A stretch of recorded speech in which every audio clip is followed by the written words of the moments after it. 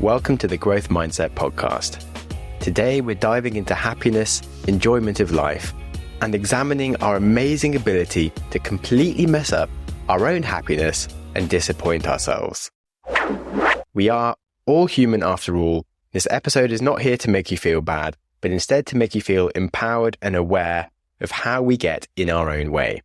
Life is to be enjoyed, yet we often have lots of ideas of things that would make us enjoy life even more than we already enjoy it. That's very natural. We are designed to spot opportunities, but the issues arise when we fall in love with the ideas and dreams in our head, when we get ahead of ourselves and we think about things that are never actually going to happen in our life. Ultimately, so much of our happiness is completely within our control, yet many people live a life of disappointing themselves, wanting things that don't make sense for their situation, and are just causing themselves pointless frustrations. So this will be a short, sharp episode on how to stop disappointing yourself and live with more harmony. So number one is thinking of your past self versus your present self. Now, the writer who no longer writes anymore is not a writer. The artist who no longer paints is not an artist. The vegan that occasionally eats animal products is no longer a vegan. And we just have many identities from our past selves that we cling on to, at least in our minds. And it's weird because if you think about the day we graduate from university, we stop calling ourselves a student. We move on straight away. But so many other things we cling to, and they have nothing to do with our present day existence. Just because we have potential skills and even enjoy the practice of an activity, if we do not practice that activity, we are no longer a practitioner. If you haven't run in many months, you are no longer a runner. So every day that you wake up and you don't run, it's disappointing because you have the identity of being a runner, but every day you're also a failure. So if you let go of your identity that it's no longer serving you and instead only causing you harm, then you can live a life with less disappointment. And of course, if you want to be a runner, then start running again. So, lesson one, kill ideas of your old self that are no longer true and live in reality. And if you don't like reality, then change it. Number two, our future self versus the present. The entrepreneur that doesn't actually make any money isn't entrepreneurial. The influencer with no followers has no influence. And simply put, you do not become a black belt in karate by declaring it so. It must be earned through hard work and not through big words. It is not enough to want something. You must be willing to do what is required to get it. And to quote James Clear, if you don't want to live the lifestyle, then release yourself from the desire. To crave the result but not the process is to guarantee disappointment, which is exactly what we're talking about here. It's so enticing to get ahead of ourselves and live in the future. We see all these things on social media, YouTube, podcasts. We see people's success and these lives that we want for ourselves. And we're like, yeah, these are changes that I want to have. But we brush past all the problems and difficult crap that are part of the process to get to that eventual goal. And we fail to accept that actually we don't enjoy that process. To become a master of something, you have to become comfortable as an embarrassing amateur. Having a goal is great, but you have to want to walk the entire path to get there. Desiring something that isn't going to happen is just another source of frustration and disappointment, because every day that you aren't making progress towards your goal is another day that you're a failure, which again makes you feel like crap. Whenever you find yourself wanting something or talking about who you could be, step back and look at the actions that are required today that would help you get there. If those actions aren't something that you actually want to do, then you're not on the path to the goal and you're not going to get there. And that means you don't want that goal, which means you must accept that you don't want it and you can let it go from your identity. Then you can be at peace with who you are, and instead of being frustrated with who you are failing to become, you can just be happier. So lesson two is to forget any ideas of your future self that do not align with actions that you want to do in the present. Right, now, number three, speaking versus being heard. Being listened to is a fundamental human need, and being ignored is frustrating and disappointing. My past guest on the show, Lisa Forte, taught me that the secret of public speaking is having something to say. And if you look at the popular guests on podcasts or on YouTube, it's pretty obvious to see who people want to hear from. We listen to the adventurer that cycled across the world because they're more interesting than the person that read their book. We listen to Olympians more than we do the people that watch them on TV. We'll listen to a founder who's more interesting than the employee. And if you want to interest people, it starts with being interesting. Now, you don't necessarily have to do something really extreme and crazy, or a lot of those things are actually hugely stressful and might not be something you want to do. And those could be aspirations that aren't healthy. A whole separate topic is our hustle culture these days that makes us feel like we need to achieve as much as we humanly can, as quickly as possible, and it's actually not that healthy. But anyway, the lesson I'm trying to show you here is that if you want to give opinions, it helps to have authority. If you lecture me about starting a business and you've never run a business, I'm not going to value your opinions that strongly. If, however, you ask me useful questions that make me think about what I'm doing with my business, or maybe give me ways of reframing my opportunities, that could be a great conversation.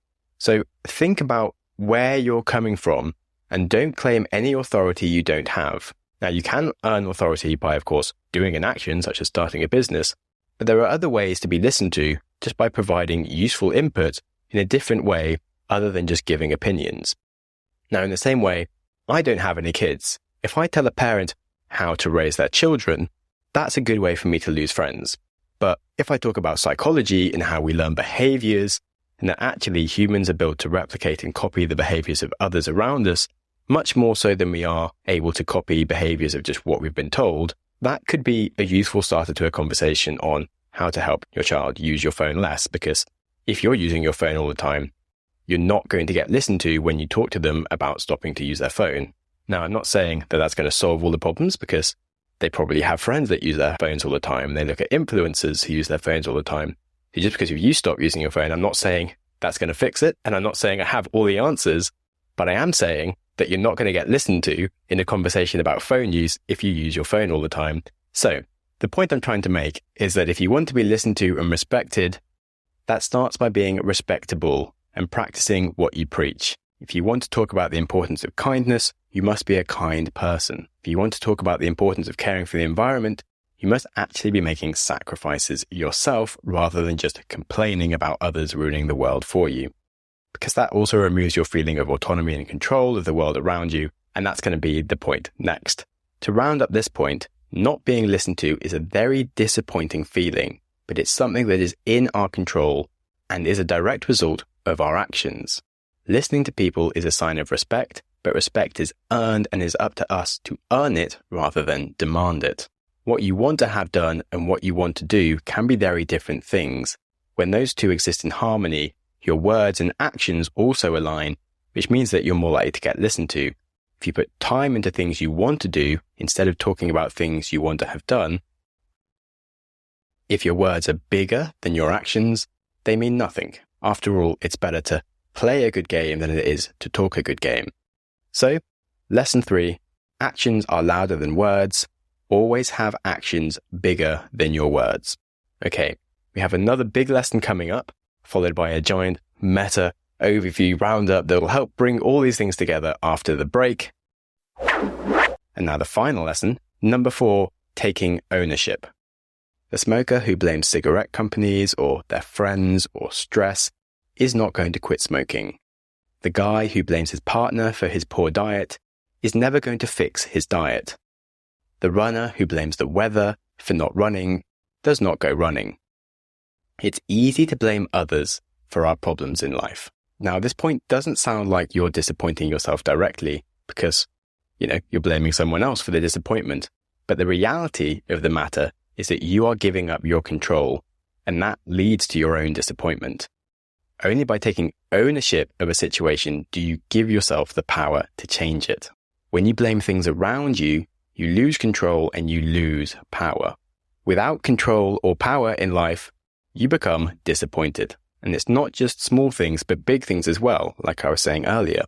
If you think about the environment and global warming, if you just blame oil companies and other people for the entire thing and yet make no sacrifices yourself, You're breaking rule number 3 because you have no authority to talk about something because you don't even do it yourself, and you're not taking any ownership. That's just a recipe for feeling like crap and annoyed and getting angry. If you practically take actions yourself and look at the ways that you can contribute towards making progress instead of just spreading hate and blame, then you can genuinely be useful and happier. One of our big issues these days is tribalism and blaming groups of people we don't even know for things we're not actually going to do anything about ourselves either. If instead we try to have intelligent conversation and progress, we can all learn to get more done. If we take more ownership and fix our own problems, instead of running around getting angry and blaming others for our crap, we would be a lot happier. I'm not saying that oil companies haven't caused lots of problems. They obviously have. I'm just saying you can do stuff yourself and feel better about the world. So stop blaming others for all your problems in life, because that's a recipe for getting stressed and angry and, of course, disappointed, as well as just being harmful to yourself. So lesson number 4, don't blame others for that which you can fix yourself. Okay, so summary, and what have we learned here? Each of those points were very separate things, but they're all about not disappointing yourself, of course, which is the topic, and they also follows other themes. They're all about lying to yourself about what you expect from yourself. Now, even blaming others, that's when we expect that we would be the person that we dream of if it wasn't for the external thing. But the reality is that the first chance we get when this external thing comes along is that we delegate the requirements for us to do any work, and we fail to be the person that we expected ourselves to be. With all 4 of my points, there was always expectations on ourselves that weren't real and that we weren't going to do them. Now, as we know, expectations are the downfall of happiness and just the creators of disappointment. So the key to not disappointing yourself is found in actually seeing who you really are and accepting the reality of exactly this person that you are with love and kindness. And then, working from that foundation of respect, you can then work on doing what you can do to be your best self. Of course, there are now many more things in terms of how to create healthy habits and stick with them, how to manage your finances, how to do relationships, which are areas which you might be disappointing yourself in, but they all come down to the fundamental core of disappointing yourself with expectations of how you would show up and not doing them. So these 4 points are definitely worth journaling on to give yourself some more awareness, and maybe try talking about them with a friend or a therapist who can really help provide some support and give yourself a better sense of awareness that's really hard to achieve on your own, because these are some big topics to really get into your soul. So with that, thanks so much for listening to this show. If you enjoyed it, then it would be amazing if you shared it with a friend, as that's easily the best way for us to grow. And of course, a good rating would be a lovely way of making me feel special and loved. And remember, if you want to enjoy your life, that starts with enjoying today. So be kind to yourself, and whilst you're at it, be kind to someone else.